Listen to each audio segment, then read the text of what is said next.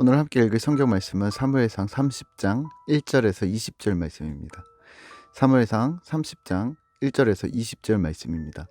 오늘은 6절 말씀을 읽겠습니다. 백성들이 자녀들 때문에 마음이 슬퍼서 다윗을 돌로 치자 하니 다윗이 크게 다급하였으나 그의 하나님 여호와를 힘입고 용기를 얻었더라. 아멘. 오늘 함께 생각할 주제는 하나님을 힘입음입니다.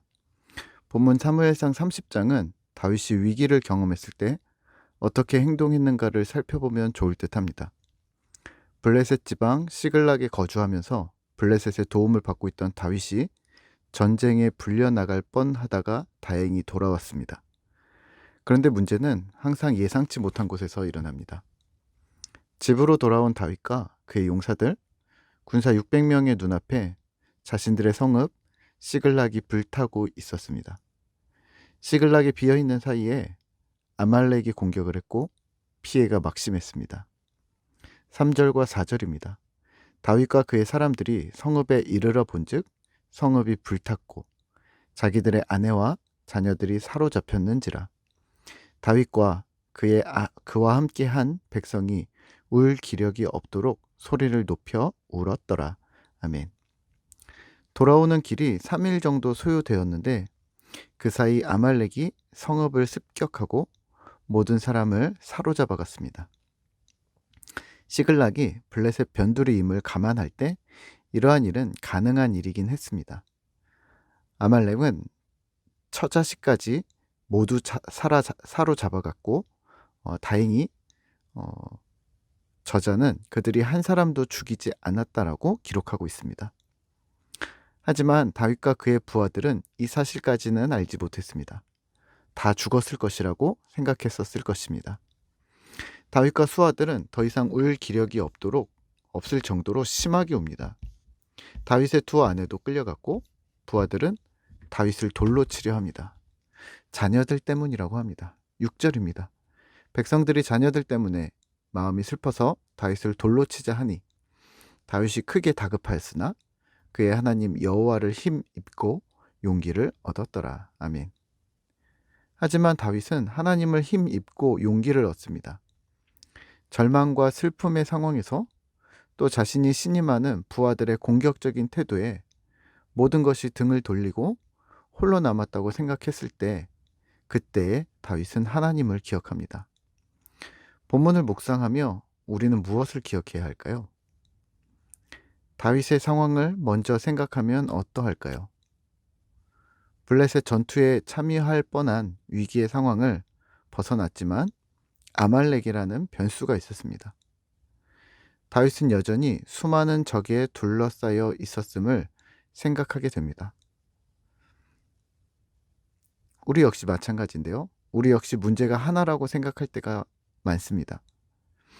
주변의 수많은 위험 요소 속에 살아가고 있으면서 말입니다. 한 가지 문제가 해결되면 그것만 해결되면 내가 살겠다고 생각합니다. 경제적인 문제, 관계의 문제, 건강의 문제, 자녀, 부모, 친구, 또 개인의 여러 문제 등 그게 제일 중요하고 그것 하나 때문에 나는 평안치 않다고 생각합니다. 눈앞의 것이 전부라고 생각하는 거죠.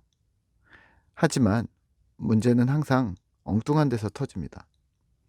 갑자기 몸이 아프다든지, 갑자기 믿었던 사람이 등을 돌린다든지, 주가가 폭락을 한다든지, 전쟁이 일어난다든지, 사고가 일어난다든지. 사실 우리는 그런 위험 요소들을 예상할 수 없습니다. 다윗의 상황들을 보며 우리의 인생사가 그러함을 다시 한번 상기하게 됩니다. 문제는 항상 예상치 못한 곳에서 일어난다. 하지만 사울과 다윗은 이 위기 상황의 대처 방법 또한 달랐습니다. 다윗과 사울이 모두 목숨의 경각, 심각한 위기 상황에 이르렀을 때 사울은 신접한 여인을 찾아갔고 다윗은 하나님께 기도하며 하나님의 뜻을 묻습니다. 다윗도 우리와 같은 사람이라 좌절하고 슬퍼하고 괴로워합니다. 본인 역시 가족을 잃었기 때문입니다. 하지만 다윗은 하나님을 힘입습니다. 그리고 용기를 얻습니다. 7절입니다. 다윗이 아히멜렉의 아들 제사장 아비아달에게 이르되 원하건대 에봇을 내게로 가져오라.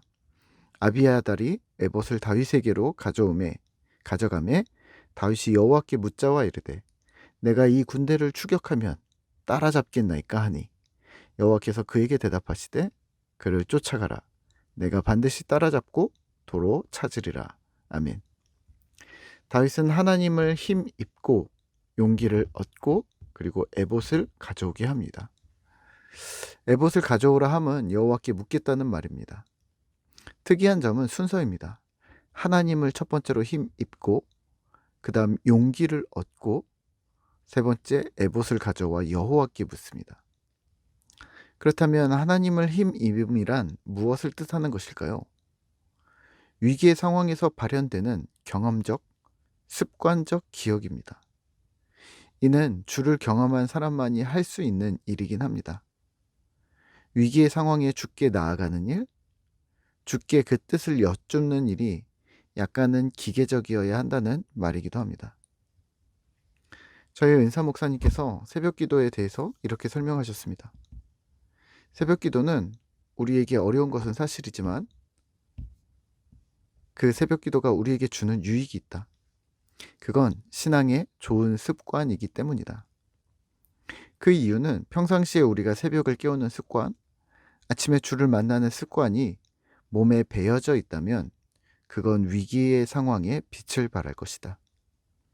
인생을 살면서 예기치 않은 어려움을 만날 때, 또 도저히 혼자서 감당할 수 없는 큰 슬픔, 큰 문제를 맞닥뜨릴 때, 그래서 기도조차 나오지 않을 때, 도대체 무엇을 해야 할지 모를 때 우리는 평상시에 하던 습관대로 아침에 주께 나아가게 될 것이고 그 습관은 우리를 어느새 주님 앞으로 데려다 놓을 것이라고 하십니다. 네, 저도 동의하는데요. 매일 주님을 만나는 나의 시간들이 필요하다는 말입니다. 그게 새벽이든 아침이든 저녁이든 시간을 내어 주께 나아가는 시간이 우리에게 필요하다는 말입니다. 그 내용과 방법 역시 다양할 수 있습니다. 기도를 하셔도 되고 성경을 읽으셔도 되고 필사를 하시거나 큐티를 하시거나 독서나 세미나를 들으시거나 하나님께 나아가는 방법은 수많은 방법들이 있습니다. 문제는 우리가 주께 나아가지 않는다는 것이죠. 그래서 좋은 습관이 필요한 것입니다. 신앙의 좋은 습관을 군인에 비유하면 어떨까요? 군대에는 5분 대기조라는 것이 있습니다. 병원의 응급실처럼 생각하시면 되겠는데요. 일주일 동안 전투태세를 해체하지 않는 겁니다. 밥을 먹을 때도 화장실을 갈 때도 복장을 풀지 않고 무장을 하고 다닙니다. 나머지 군인들이 일상생활을 하고 있다면 5분 대기조는 실제 사건이 터졌을 때 제일 먼저 출동하게 되는 것이죠. 5분 안에 출동한다 해서 5분 대기조입니다. 말씀으로 돌아와서요. 여호와를 힘입음은 신앙의 좋은 습관으로 가능합니다. 어제도 그제도 만났고 항상 도우셨던 하나님을 오늘 특별한 상황에도 기억하게 되는 것이죠. 여호와를 힘입음, 그분의 은혜를 힘입고 그분의 선하심을 힘입고 나를 외면치 않으심을 기억하시면서 다시 용기를 내는 것이 우리에게 필요합니다. 오늘도 우리 힘을 내시죠. 주께서 우리를 도우실 것이고 우리에게 힘 주실 것을 잊지 마시죠. 주님은 원래 그런 분이십니다. 우리 꿈터 공동체를 사랑하고 축복합니다. 함께 기도하겠습니다. 하나님, 우리가 하나님을 힘입는 신앙의 좋은 습관을 가져갈 수 있도록 주님 도와주시옵소서. 하나님, 하루하루를 살아가며 또 위기의 상황들을 맞닥뜨리며 또 여러 가지 상황들 속에서 우리가 여전히 하나님 바라보기를 원하는데 이 하나님을 힘입음이 우리 안에 끊임없이 있도록 주님 도와주시옵소서. 문제는 우리가 하나님 앞에 나아가지 않는 것이지 주께서 우리를 돌아보시지 않는 것이 아닙니다. 하나님, 항상 우리가 주 앞에 나아가기를 힘쓰는 자들이 되도록 주님 도와주시옵소서. 함께 하시는 주님을 찬양합니다. 예수님의 이름으로 기도드립니다. 아멘.